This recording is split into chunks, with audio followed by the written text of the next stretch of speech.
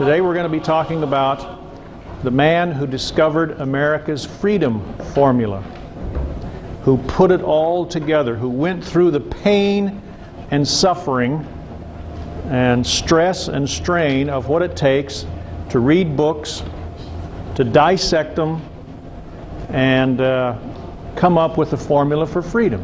And that person is Thomas Jefferson. Thomas Jefferson was born in 1743 in the state of Virginia, in western Virginia.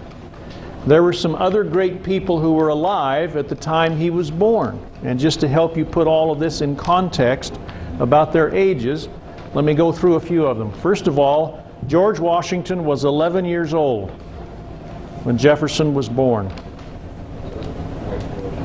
Benjamin Franklin was already 37. Sam Adams, up in Massachusetts, the father of the American Revolution, was 21. Patrick Henry, the firebrand orator from Virginia, was 7 years old when Jefferson was born. But Jefferson's one of his best students, who later also became President of the United States, James Madison, had not yet been born yet. He was to be born, does anybody know? 8 years later. He was 8 years younger than Jefferson. Oh, Thomas Jefferson could really be considered one of the youngest of these great people whom we call the Founding Fathers. Jefferson's father died when he was, did you get this from the book? 14 years old.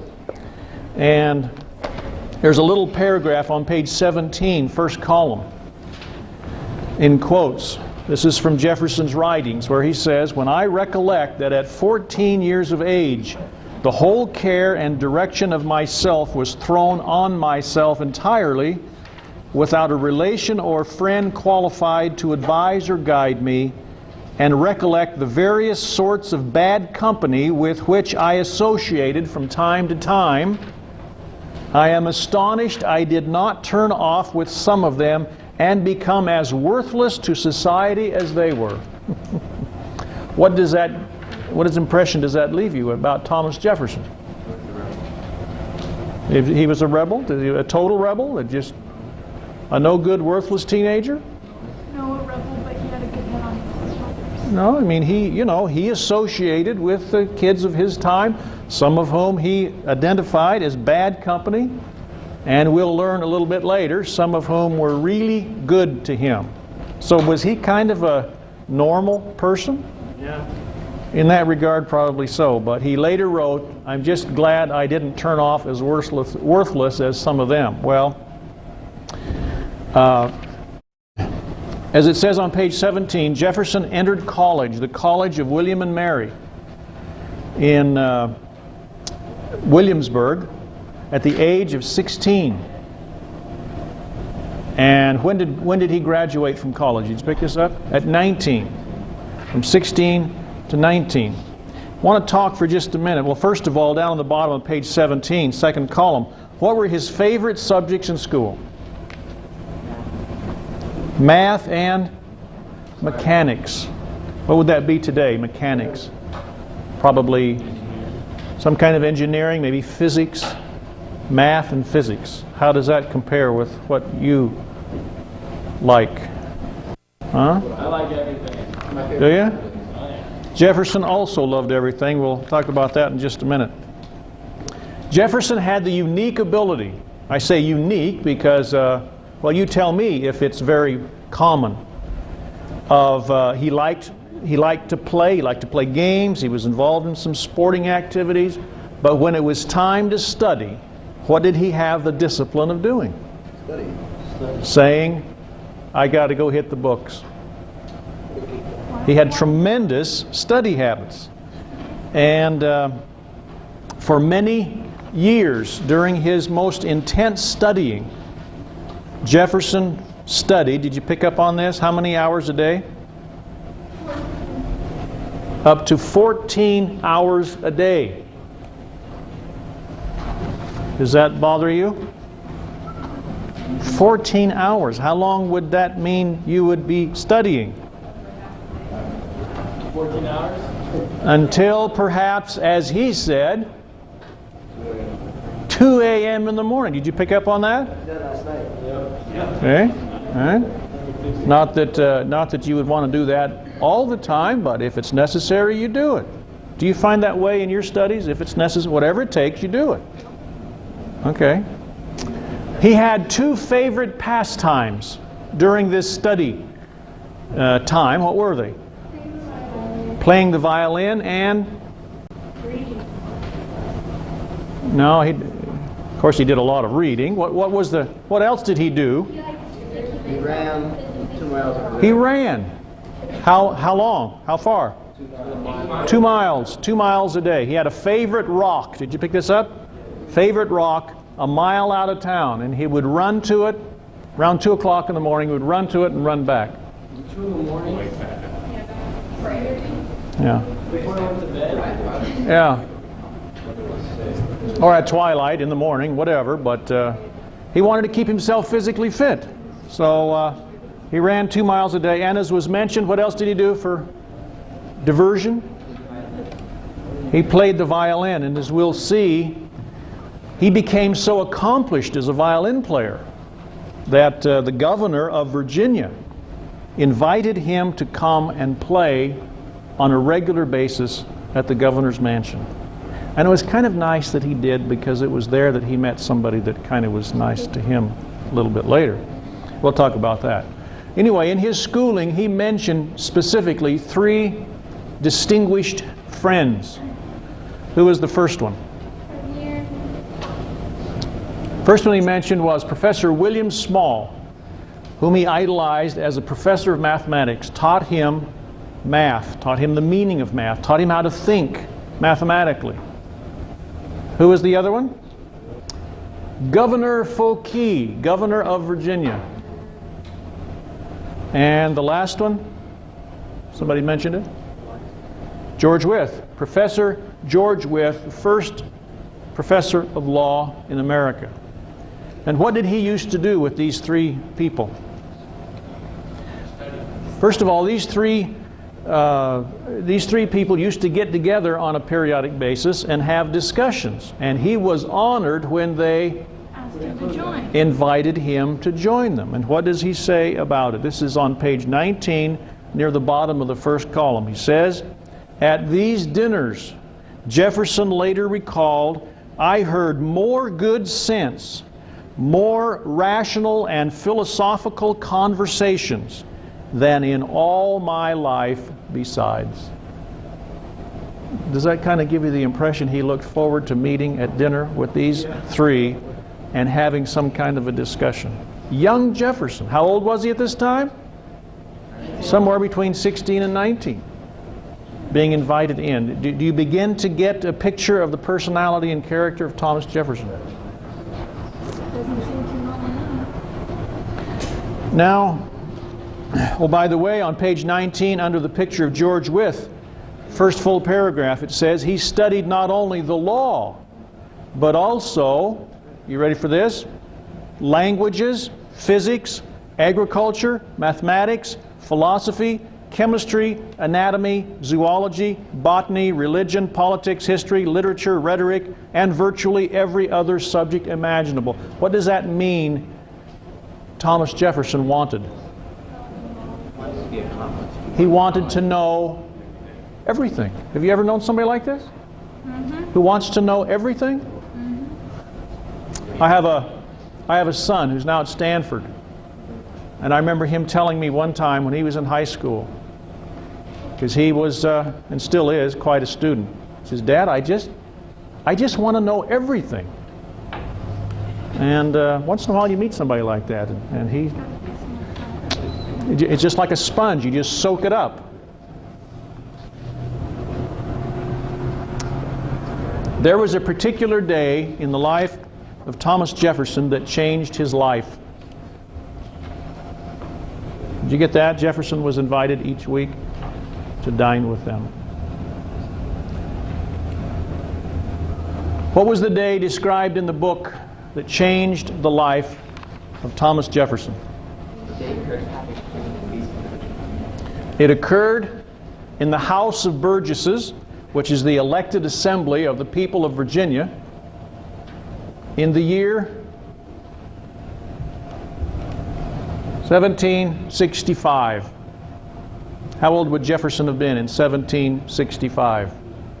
Having been born in 43? All right, about 22. Very young. And on that day, who was speaking? Patrick Henry. What was he speaking about? The Stamp Act.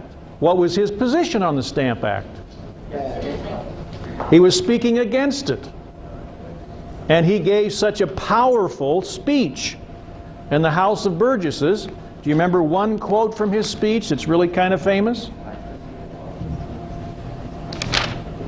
When he said, this is Patrick Henry now, speaking of not obeying the Stamp Act. He says, this thing is so bad, any right-thinking American should refuse to obey it.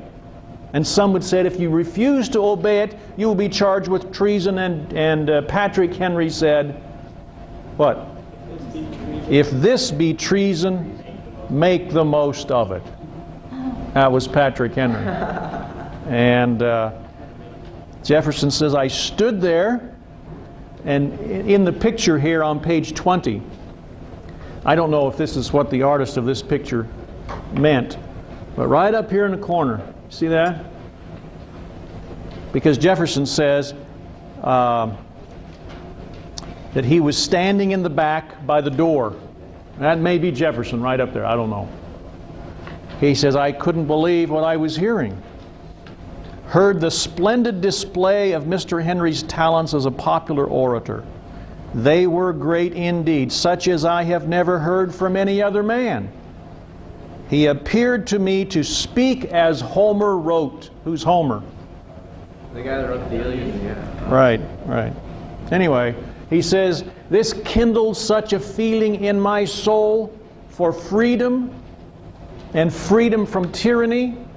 It really kind of changed his direction from specifically and solely on the law to trying to help people understand really what freedom is all about and how to have it and how to preserve it. So, Patrick Henry spoke that day against the Stamp Act, which was the day that Thomas Jefferson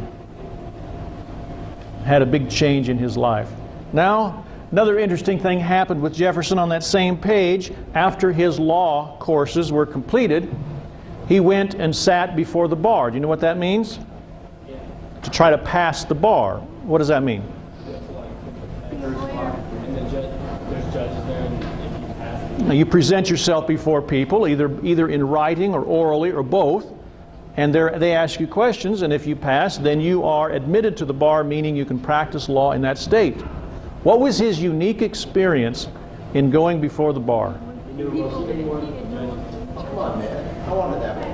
I like that. Yeah. Admitted in 1767. He was interviewed by some of the most learned, and to their surprise, he knew more than they did. Which is a Hard to do. interesting situation. Can you get a feeling of the brilliance of this man, Thomas Jefferson? Well, let's talk for a minute about Jefferson's personal life. Did you enjoy reading about his attempt to get married? Maybe put a lot better than At the age of 19, Jefferson found himself thinking that he was in love with, what's her name? Belinda Burma. Belinda Burwell. And so he thought he would ask her to marry him. Was it a matter of just going and asking? Or did he face the same kind of trepidation that most men face? I mean, this is a scary moment, right? When you ask somebody to marry you. You guys probably don't understand that right now, but when you think you're ready, you know, it's easy to say at a distance, oh, I had no problem with that. But And I'm not sure I know too many men who actually do, the asking. Sometimes it's the other way around. But sometimes the men have to have a little help in suggesting, maybe we can do this. Maybe it'll work out for us. Anyway, all those possibilities. But Thomas Jefferson, what did he have to do? What did he do? Did he just go up and ask her to marry him? What did he do? He practiced, and can you imagine a guy having to have to practice this? He practiced, and he practiced. Asking Belinda Burwell, I don't know if he had a mirror or what, to marry him. And the opportunity then came, and what happened? It says on page 21, a couple of paragraphs down, but when I had an opportunity, a few broken sentences, can you imagine this? Belinda? Whatever. Uttered in great disorder and interrupted with pauses of uncommon length, were the two visible marks of my strange confusion. I'm sorry, ladies, that is very confusing and hard for most young men, so just kind of be prepared. Anyway, he couldn't speak it well. And so he finally got it out. She finally knew what he wanted. And what was his reply? Or I should say her reply to him. He didn't know what she was going to reply until he was invited to his best friend's wedding to Belinda Burwell. Yeah, how's that for an answer? Anyway, yeah, there were some other things involved there, but it wasn't until 8 years later, and a lot of playing the violin later, because accompanying him on the violin often was another gal by the name of Martha Wales Skelton. And they were making beautiful music together. And Jefferson decided maybe this beautiful music will continue for the rest of our lives, and so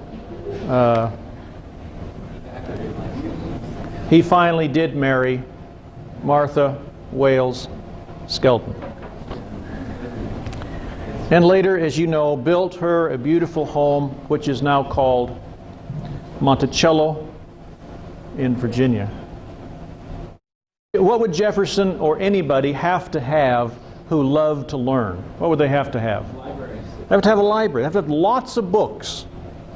And not only that, they would keep lots of notes. I was looking in our drawers just the other day in our filing cabinets. We have several of them in our study room. And pulling out these filing cabinet drawers, the drawers are completely full of my son's notes from high school. Now, did you get that? Notes from high school classes. Here they all were, all of them that he ever took.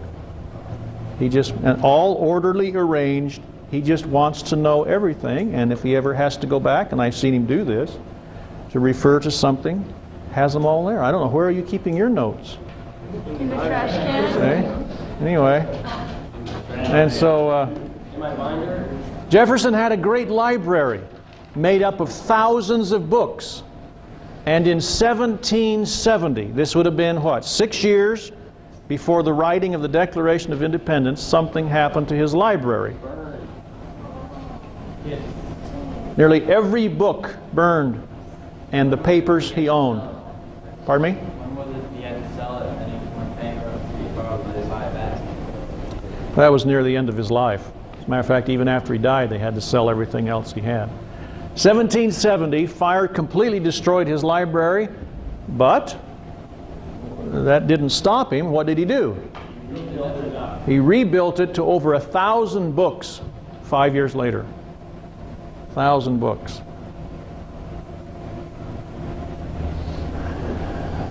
And when we go to Washington, who was with me in Washington? We went to the Library of Congress, which is known also in Washington as the, do you remember this? The Congressional Library, or the Jefferson Library. Thomas Jefferson Building. Because Thomas Jefferson's books at the end of his life were purchased by the United States government and became the beginning of the Library of Congress, which is a beautiful place to visit. Jefferson was still not very well known among the whole nation. He was pretty well known in Virginia, but still not known throughout the whole nation. And some other things happened now that we're going to talk about that made him quite well known. First of all, a person came to Jefferson one time thinking to get to know him a little better. And after his interview, this is on the bottom of page 22, first column. After his interview with Mr. Jefferson, this is what he wrote, among other things, but this is just a little paragraph. He wrote this about Thomas Jefferson. When he spoke of law, I thought he was a lawyer. When he talked about mechanics, I was sure he was an engineer. See where I am, bottom of 22, last column? When he got into medicine, it was evident he was a physician. When he discussed theology, I was convinced he must be a clergyman. When he talked of literature, I made up my mind that I had run against a college professor who knew everything. See how impressed he was? And he went out of that interview thinking, wow, this man is everything I've heard about. He knows everything. Thomas Jefferson. Another thing Jefferson did in the year 1774 is wrote a document. Who knows what this document is? Summary view of the rights of British America. Right there on page 23. A summary view of the rights of British America. It was kind of a pre-Declaration of Independence, because it was in this document that he started talking about the people only being governed by their consent, and that rulers having only the authority that the people give them. See, this is not King George, is it? And it was in this document that he actually enumerated all the things that he could think of that King George was doing to the people. He has done this, he didn't let us do this, he didn't let us do this. And from that list, he took a number of those things and put them right in the what? Declaration of Independence. So when this document was published in 1774, it went throughout the colonies, and the name of Thomas Jefferson became a little better known in the nation. So the interview by the stranger and the document, a summary view of the rights of British America. Those are the two things that really helped Jefferson become well known. As I said, Jefferson was well known in Virginia. All the states were invited to send delegates to the Continental Congress. And so Jefferson, that in this document he accused the king of ignoring the rights of British America, and he wrote this document at the age of 31. So he's elected to Congress from Virginia. And what year was he elected to Congress? Who knows this? 1776, which is a very interesting year. Let me just ask you, young people, what kind of a year was 1776? I mean, look, the Declaration of Independence was written and signed. When it was read, the bells rang, people shouted. Was that a great year in the history? Well, he went to Congress in 76. Okay, he may have been elected in 75. He went there in 76. This was a tough year in America. Sometimes we think it was just a great year and everything was fine. It was one of the worst years in American history. Why? We lost Canada. First of all, we lost Canada. Canada was meant to be the 14th colony. We had a lot of Americans up in Canada. And that was going to be one of the colonies that joined the Union. And when we lost Canada, never again recovered Canada. That was tragic. General Montgomery was killed. Also, this was the year that Washington met his army up in Boston. What was his army like? Can you describe his army? Just a ragtag bunch of people that had come looking for a fight, and they only had enlisted for a short time. So before Washington could do anything, 4,000 of his soldiers left. In other words, the army was falling apart. The army, what didn't look like an army. Also, King George said, "You people are so rebellious. I will not provide you with the protection of my soldiers." So basically, the king disowned the colonies. Didn't give us our freedom, he just disowned us and ceased to think of us as loyal subjects. You see that?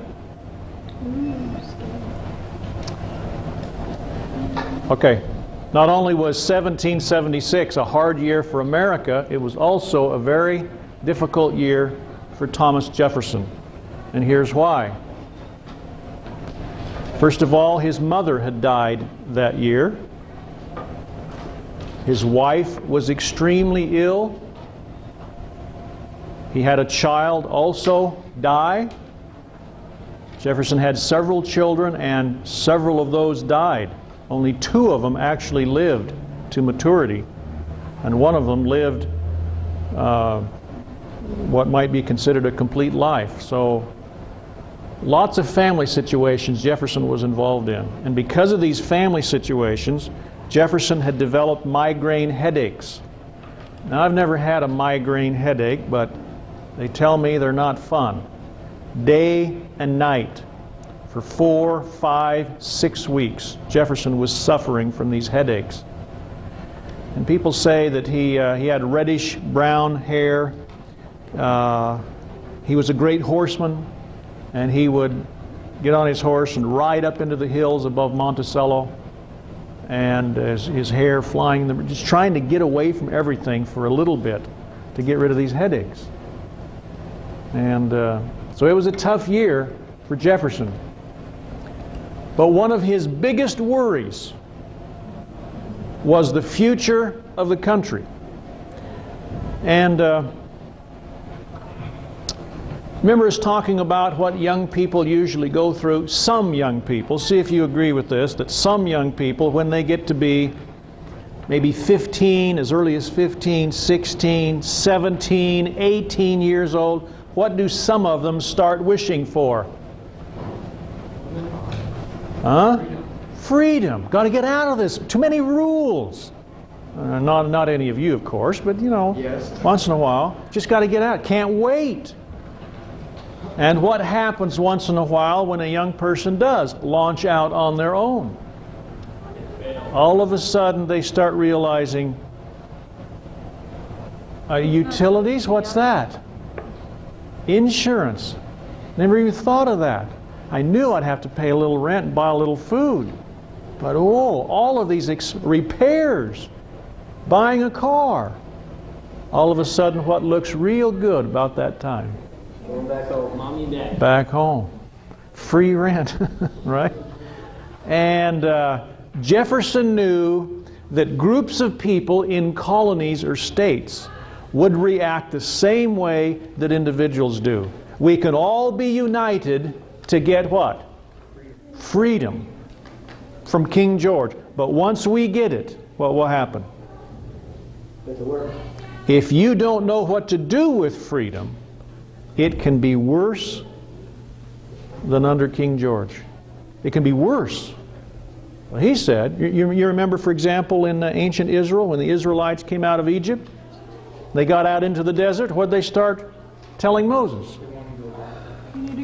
Where's our food? Where's our water? Where's our meat? Oh, the flesh pots of Egypt. Remember that? And they wanted to go back. They had their freedom, and now they want to go back. Well, Jefferson knew this very same thing would happen. His biggest worry is that no state, including his own, knew how to govern itself. I don't know, does that take a mature person, a forward-thinking person, to determine that?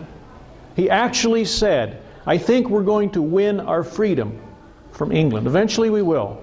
But when we do, there's not a one of us that knows what to do with freedom. And that was a big worry to Jefferson. So, in an attempt for Virginia to rewrite its own constitution, a number of people had written drafts of Virginia's constitutions, and he read them and completely dismissed them because he says these are not constitutions for a free people.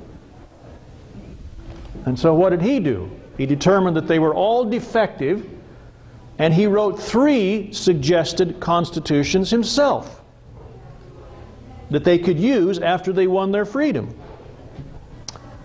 Can you imagine what Virginia did with them? Rejected them all. All but a little portion of one.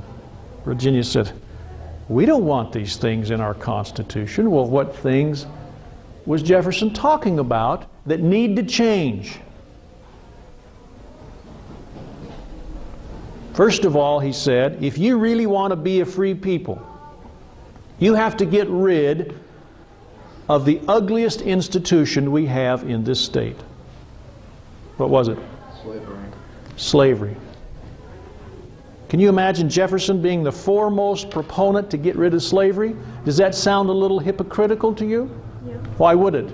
Because he had slaves himself. Because he had slaves. Why is he then suggesting we get rid of slavery? So he can get rid of his own slaves. See, if you don't understand that, it might be easy to jump on the bandwagon against Jefferson. But you have to understand, first of all, where did Jefferson get his slaves? He inherited them from his father and his father-in-law. And at this time in Virginia, it was illegal to free slaves. Isn't that a predicament? I mean, you have them. By law, you can't just set them free. And would he want to anyway? They wouldn't know. What would they know what to do? They don't have any property. They don't have any particular skill to go out and sell themselves and sell their labor. That would have been disastrous for him to do that. He says, as an institution, we have to gradually get rid of this evil thing, slavery. So he wrote right into one of his constitutions, we must get rid of slavery. And how did he propose to do it? Very simply. One of his constitutions said, from now on, every person born in Virginia is born, what? Free. Would that do it? Gradually, over one generation, that would have done it. Man, if Jefferson's wisdom would have been followed.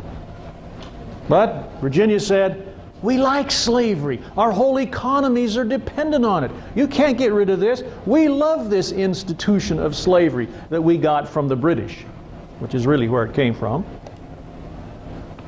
He says you got to get rid of primogeniture. What is that? Primogeniture is where all the property of the parents have to be turned over to the oldest son, no matter how competent or incompetent he might be. How do you like that? And if you didn't have a son, It went to your nephew or cousin or whatever. yeah, it went to the closest son relative. Whether it be a cousin or a nephew. Have you seen the movies Sense and Sensibility or Pride and Prejudice? See, this is what they're talking about here. Primogeniture. I mean, it can completely wipe out the comfortable living of a family if the father dies and there are no sons, which is what happened in those movies.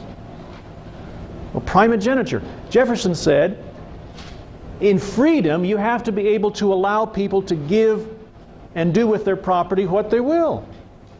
Don't have it in law that they have to do that, okay? Also, Jefferson said, you got to get rid of the state church, the official state church. And in Virginia, that was what? Do you remember? It was the Anglican Church, the Church of England. And Jefferson said, we have to respect all religions and even encourage all religions equally, but not favor one over the other by making one the official church. And Virginia said, oh, but we love our state church. And so they rejected it. You see that? Yep. Okay. Also, there was a tithing tax in Virginia. You had to pay a church tax which went to the official church even if you didn't belong to that church. How do you like that? I know, you know, to you and me today, these ideas of Jefferson sound so good, so right. But here's a pioneer trying to convince people of them when almost everybody in Virginia didn't accept it. So they rejected Jefferson's suggested constitutions, which was a little discouraging to him at the beginning, but you're going to see where he came back later, got himself elected to the state legislature. I want you to think about this. He goes to Congress, writes the Declaration of Independence. Afterwards, he comes back, gets himself elected to the state legislature, gets himself appointed to a number of committees, and guess what he does? He starts working on these things. And he rewrites the civil code, rewrites the criminal code, and helps Virginia really change things like he originally wanted and they rejected. Okay? Like, I don't care what you do. Virginia, however, at this time wanted to keep all of these weaknesses. Okay, tomorrow when we start with page 24, we will be discussing how Jefferson came to write the Declaration of Independence, and we will also discuss the great principles contained in that document. Thank you very much.